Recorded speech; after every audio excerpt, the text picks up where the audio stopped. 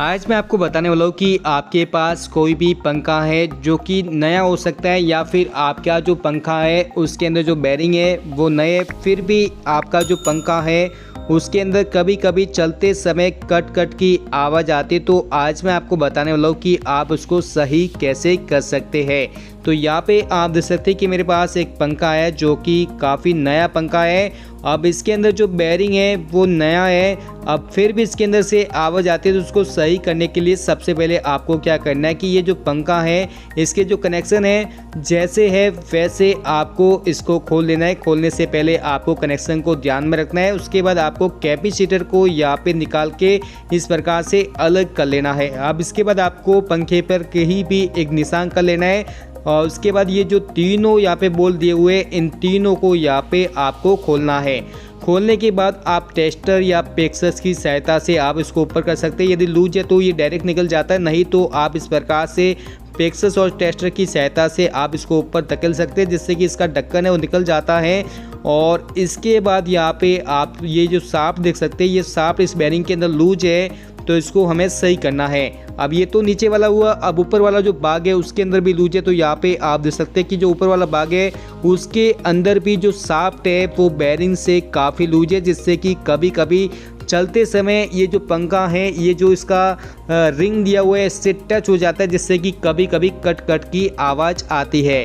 अब इसको सही करने के लिए जो ऊपर वाला बाग है उसको भी निकालना होता है। तो निकालने के लिए सबसे पहले ये जो वायर है इसको यहाँ से आपको ऐसे निकाल देने हैं और उसके बाद आप अपने जो ढक्कन है ऊपर वाला उसको यहाँ पे इस प्रकार से निकाल सकते हैं। निकालने के बाद यहाँ पे ग्रीस या ऑयल हो तो यहाँ पे इसको सही से साफ़ कर लेना है।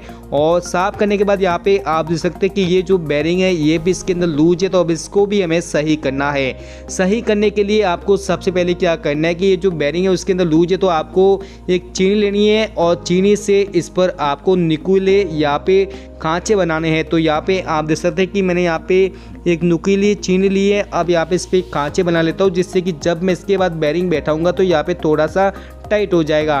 तो यहाँ पे आपको चारों ओर सही से हल्के से टीचे बना लेने हैं ताकि जो बेरिंग है वो इसके अंदर थोड़ा सा टाइट हो जाए। ज़्यादा आपको टाइट नहीं करना है, हल्का सा करना है। इसी प्रकार से आपको नीचे वाला जो बेरिंग की जो शाफ्ट है इसके अंदर भी आपको इस प्रकार से टीचे बना लेने हैं। और इसके बाद आपको अपना जो पंखा है वापस आपने जैसे खोला था वैसे आपको फिट करना है। फिट करने के लिए आपको एक बूस्ट की ज़रूरत होती है जिससे कि आपको इसको दबाना होता है। तो यहाँ पे आप देख सकते हैं कि मैं बूस्ट की सहायता से इसको दबा लेता हूँ।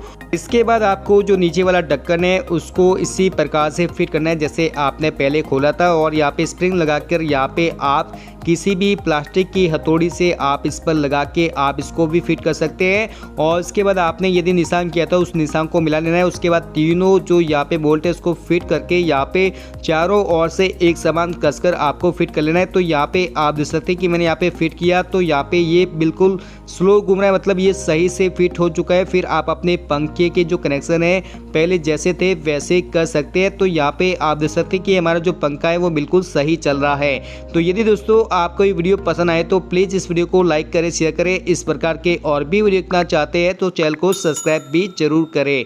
Thank you.